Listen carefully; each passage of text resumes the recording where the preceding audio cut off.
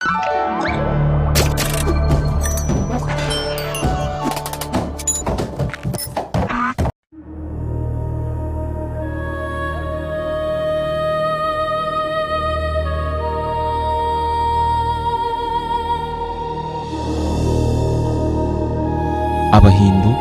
ni abantu bagize umwe mu miryango ya kera cyane kandi minini ku isi. Bafite inkomoko igaruka ku muco n'imyemerere byatangiye mu bihe bya kera cyane mu karere ka Aziya, cyane cyane mu gihugu cy'Ubuhinde no hafi y'uruzi rwa Indus River. Amateka yabo ntatangirira ku muntu umwe cyangwa mu gihe kimwe cyihariye, ahubwo ni igikorwa cyagiye kibumbwa n'imyaka irenga 2000 ishize. Gihuzwa n'imico itandukanye, imigenzo n'imyemerere byagiye byegeranywa buhoro buhoro. Tutarakomeza, wahageze ni kuri Ibwami Culture. Aha ni mu kibaya cy'ubwatsi butoshye, aho tuza nka gufata ukuboko tugatembera n'isi y'ikiremwa muntu, tukareba imico kantu ku kandi. Nge nitwa Fiston Philosophe Kwizera. Ntimukuye ikaze kuko hano ni iwanyu. Tukiri hano kandi hari Umuhinde n'Umuhindu. Ese ni bamwe? Reka da, aba bantu si bamwe.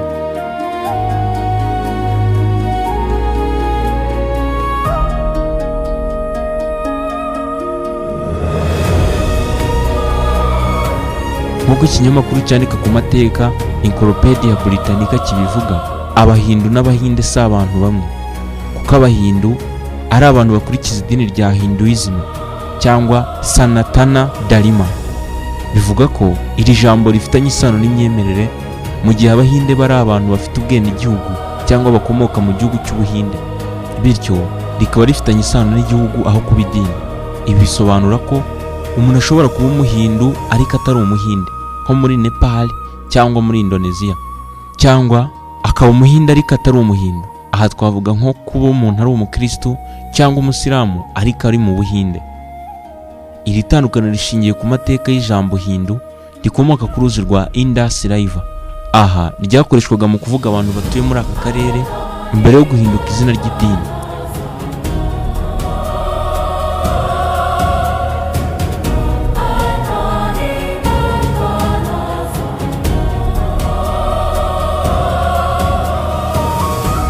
Ubushakashatsi bwa Pew Research Center bugaragaza ko amateka yo gutura kw'Abahindu agaragaza ko bakomoka mu karere ka India no hafi y'uruzi rwa Indus River, aho ubuzima bwabo bwatangiye kugaragara kuva mu myaka irenga 15,000 mbere ya Yesu mu gihe cya Vedic. Uko imyaka yagiye ihita, umubare wabo wagiye wiyongera cyane ku buryo ubu bageze hafi ya 1,200,000 ku isi yose. Aba bakaba bangana na hafi 15% by'abatuye isi yose. Muri abo, abarenga 94% batuye mu Buhinde bonyine, bangana na 1,5 miliyoni, mu gihe abandi baboneka mu bihugu nka Nepal barenga 23,000,000, Bangladesh hafi 13,000,000, Indonesia hafi 4,000,000, ndetse no muri Amerika abarenga 3,000,000.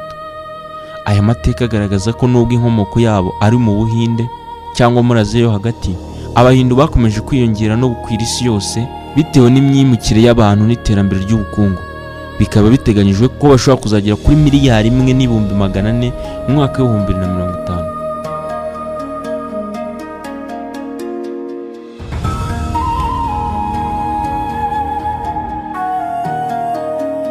Mu buzima bwa buri munsi, Abahindu babaho mu buryo buhujwe n'imyemerere yabo ya Hinduism. Aba bemera ko hari imana nyinshi n'ingaruka z'ibikorwa bya muntu. Ibi babyita karma. Mu nsengero zabo no mu ngo basenga imana zigiye zitandukanye. Ahizwi cyane ari nka Brahma, imenyerewe kwitwa nk'umuremyi, Vishnu, umurinzi, na Shiva, umurimbuzi no kongera kubaka, bakunze kwita Trimurti. Usibye izi, hari n'izindi mana zifitanye isano n'imirimo itandukanye y'ubuzima, nk'umuryango, ubutunzi, uburumbuke, bitewe n'imyemerere ya buri muntu n'akarere akomokamo. Hari abajya kure kandi bakavuga ko banasenga ibikoko, inyamaswa n'utundi dusimba tugiye dutandukanye. Iyo basenga, bakoresha uburyo butandukanye nk'amasengesho, kuririmba indirimbo z'iyobokamana, gutanga amaturo, ayo maturo arimo nk'indabo, imbuto, amata n'ibindi, ndetse no gutekereza mu mutuzo, ibizwi nka meditation. Hari abajya mu nsengero, abandi bagasengera mu ngo zabo, aho bashyira ibishushanyo by'Imana imbere yabo bagasenga buri munsi, cyane cyane mu gitondo cyangwa nimugoroba. Ibi byose bikorwa mu rwego rwo kwegera Imana no gushaka amahoro yo mu mutima.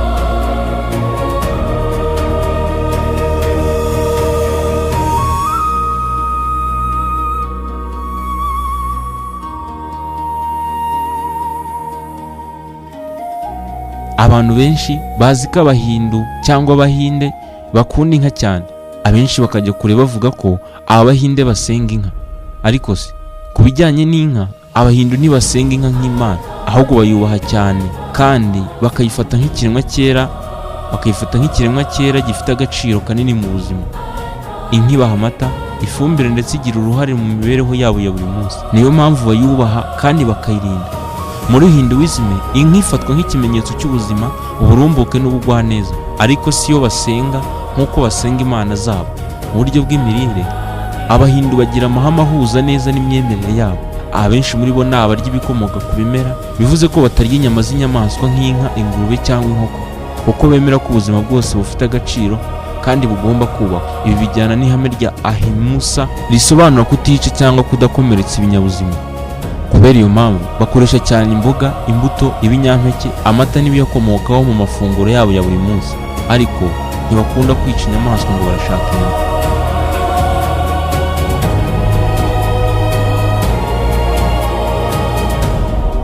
Ikindi kandi wamenya mu muco w'abahindu, umuryango mu bijyanye no gushakana, umuryango w'umukobwa niwo uzana inkwano mu muryango w'umuhungu n'ibindi bikoresho bashobora kuzifashisha mu rugo rushya rwabo. Abahindu kandi mu byo bizera bemera ko umuntu apfa agasubira kuzukira mu wundi mu mubiri bitewe n'ibikorwa bye yakoze, ibyitwa karma. Ibi bikaba bizwi cyane nka reincarnation. Ibindi bidasanzwe mu muco w'abahindu ni uko umuco wabo iyo umuntu apfuye umurambo wabo bawutwika, ibizwi nka cremation. Aha niyo umuntu apfuye umubiri we barawutwika ku muriro, cyane cyane ku nkombe z'umugezi bita wera nka Ganges River. Bavuga ko gutwika umubiri bifasha roho kubona amahoro no kubohoka mu rugendo rwo gukomeza ubuzima bwo mu mwuka. Ikindi, abahindu nabo barya isi nk'abandi bose, kuko abahindu bafite iminsi mikuru myinshi ishimishije cyane, ikaba igaragaza umunezero n'ubumwe mu muco wabo. Muri yo harimo iyitwa Diwali, umunsi uzwi nk'umunsi w'urumuri, aho abantu bacana amatara bakishimira intsinzi y'umucyo ku mwijima, ndetse n'umunsi witwa Holi, uzwi nk'umunsi w'amabara, aho abantu basohoka bagaterana amabara, bagasetsa, bakabyina kandi bakishima. Dusubikiye aha kandi mukomeze mugire uburambe n'impagarike. Naho iyi ni Ibwami Culture. Wajya muri comment ukatubwira abandi bifuza ko tuzakubwiraho mu kiganiro cy'ubutaha. Njye ndi Fiston Philosophe Kwizera.